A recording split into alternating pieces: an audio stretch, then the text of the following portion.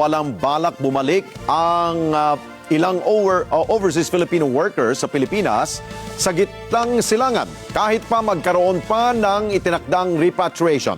Ito'y sa kabila na rin ng lumalalang tensyon sa pagitan ng Iran at ng Amerika at Israel. Nori Fidel sa balita. Puputok! Ilang kababayan nating OFW sa gitnang silangan ang tila hindi alintana ang nagpapatuloy na tensyon dahil sa awayan sa pagitan ng US-Israel laban sa Iran na lubhang apektado ay ang GCC country gaya ng Saudi, UAE, Qatar, Bahrain, Kuwait at Oman kung saan libu-libong Pilipino ang nagtatrabaho.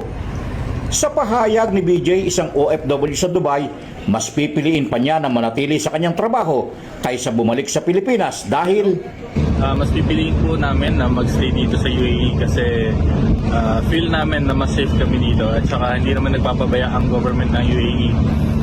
Inaalagaan nila lahat ng OFW. And isa pa, syempre, nandun yung takot na baka madamay sa gera. Pero kasi mas iniisip namin yung pamilya namin sa Pilipinas. So mas pipiliin namin magstay dito sa bansa na to. gayon din ang naging pahayag ni Janice, isa ring OFW sa Dubai.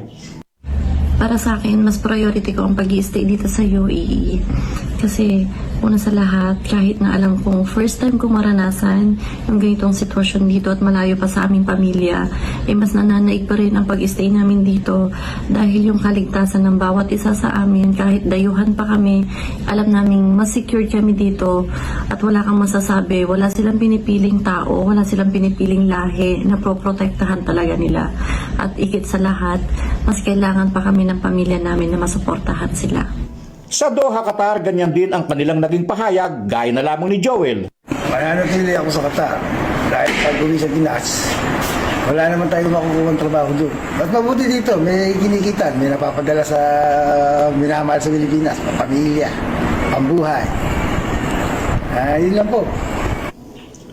Bagamat bukas, nananatili pa ring limitado ang mga flight schedule ng mga airline company sa mga paliparan sa nasabing mga bansa para sa seguridad ng mga pasahero.